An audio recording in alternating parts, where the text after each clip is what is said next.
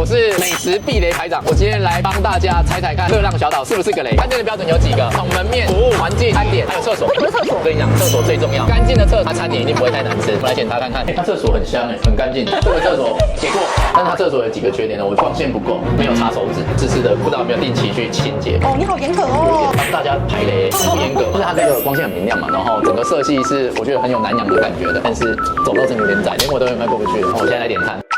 可以来配吗？太好了，会帮我送过去吗？好，OK， 谢谢哦。哎，白痴哦，原来是线上点餐呐，澳洲来的。对，我还真的从澳洲回来的。对哦。哎，它是叫号的哎，扣分。我也是不太喜欢叫号的。